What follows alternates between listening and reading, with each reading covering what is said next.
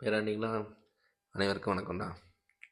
இப்போ என்னென்னா, அந்த ஒரு வடிவேல் காமெடியில் வரும், தப்பா தவுலா அடித்து யார் பெருசுன்னு அடித்து காமிடான்ட்டு சொல்கிறப்போ 4 அடி பேயடி அடிச்சுப்பாங்க.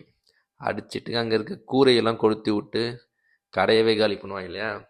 அது மாதிரி தான் இப்போ ஜனவரி 23 ஆக போகுதுன்னு நினைக்கிறேன்.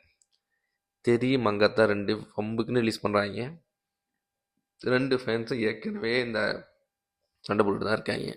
விஜய் அரசியலுக்கு வந்ததை அஜித் ஃபேன்ஸ் தவந்து வச்சுக்கிட்டு இருக்காங்க. விஜயை எப்படா சான்ஸ் கிடைக்குன்னு விஜய் ஃபேன்ஸ் இந்த கேம்பா கோராவில் அஜித் அந்த ஆடில் நடித்ததுக்கப்புறம் விஜய் ஃபேன்ஸ் அஜித்தை போட்டு ட்ரௌசர் உரி விட்டு அடிக்கிட்டு அடிக்கிறானுங்க.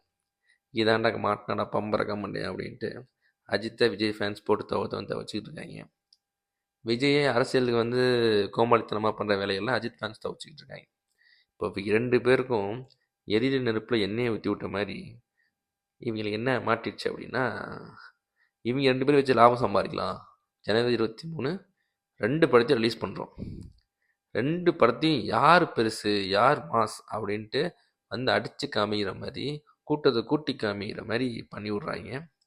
அப்போ என்ன ஆகும்? 2 பேரோட ப்ரொடியூசருக்கும் பிஸ்னஸ் லாபம், தேட்டர் ஓனருக்கு பிஸ்னஸ் லாபம். நீங்கள் அடிச்சுப்பீங்கடா, அவங்க சம்பாரிச்சிட்டு போயிடுவாங்க. அவ்வளோதான். ரிலீஸ் பண்ணி நீ பணம் கொடுத்து நீ போய் உட்காந்து பார்ப்ப. அந்த படத்தை எத்தனை டைம் பார்ப்பேன்? ஒரு என்ஜாய்மெண்ட்டுக்காக பார்க்குறியா? சரி போய் பாரு. ஆனால் நீ மாஸ் காட்டணும்.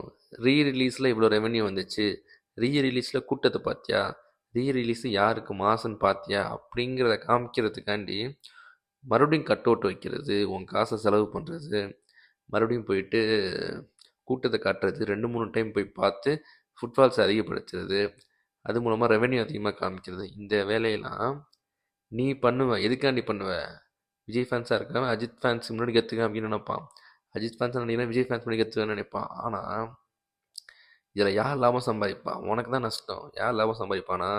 தேட்டருக்காரனும் ப்ரொடியூசரும் ஏன் விஜய் அஜித் லாபம் சம்பாதிப்பாங்க.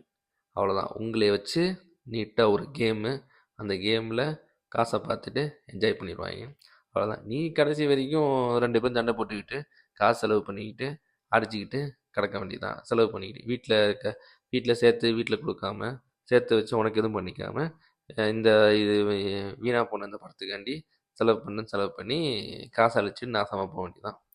இது மாதிரி எதுவும் பண்ணாமல் ஜனவரி 23 பிடிச்சா போய் பாரு. இல்லைன்னா கம்முன்னு உட்காந்துட்டு டிவியில் போடுவான், இல்லாட்டி லேப்டாப்பில் எல்லையாவது உட்காந்து பாரு. மீண்டும் ஒரு வீடியோ சந்திப்போம். நன்றி, வணக்கம்.